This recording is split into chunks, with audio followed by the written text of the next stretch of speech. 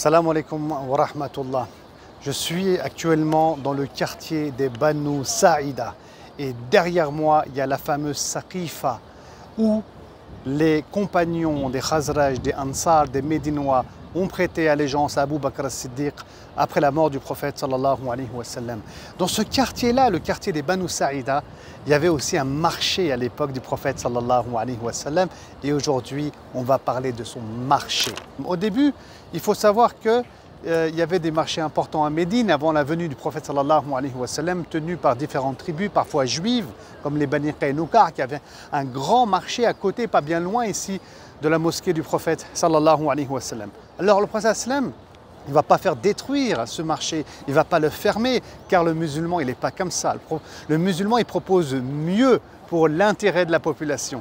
Et donc le prophète sallallahu alayhi wa sallam, dans le quartier des Bani Zifar, qui se trouve un peu plus loin de l'autre côté là-bas de la mosquée, il fera construire, le prophète sallallahu alayhi wa sallam, un marché pour les musulmans. Il y aura même un dôme qu'il fera construire, mais Ka'b ibn Ashraf, par jalousie, va détruire ce dôme.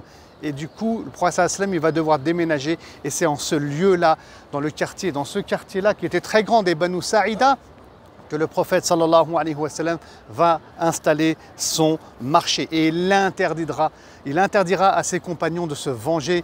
Mais qu'est-ce qu'il fera le prophète sallallahu alayhi wa sallam à la place? Toujours dans l'intérêt de la population, il va proposer des prix qui sont meilleurs, plus compétitifs, il y aura moins de taxes. Et c'est ça l'islam, c'est rendre service à l'humanité, subhanallah.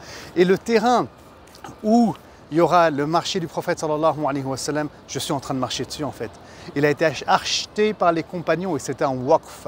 Personne n'a le droit d'acheter ce terrain-là car il appartient au prophète sallallahu alayhi wa sallam. Et regardez, si vous regardez autour de montrer, ici vous avez des hôtels, vous avez des constructions et des constructions encore plus loin là-bas, nouvelles qui apparaissent. Mais si on va après, bien entendu, à côté des hôtels, ici, on a la mosquée du prophète sallallahu alayhi wa sallam. Mais là, c'est vide.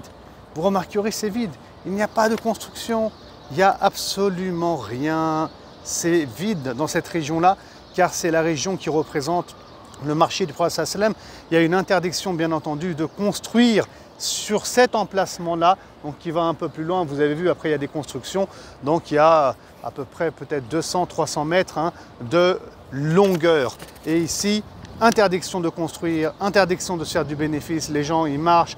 Et c'est un lieu où on consacre le khayr et le bien, où on peut vendre à des moindres prix des choses pour les plus démunis ou offrir des sadaqas aux plus démunis. Voilà donc l'histoire du marché Ahmed sallallahu alayhi wa sallam. Il y a plein de lieux fantastiques à Médine.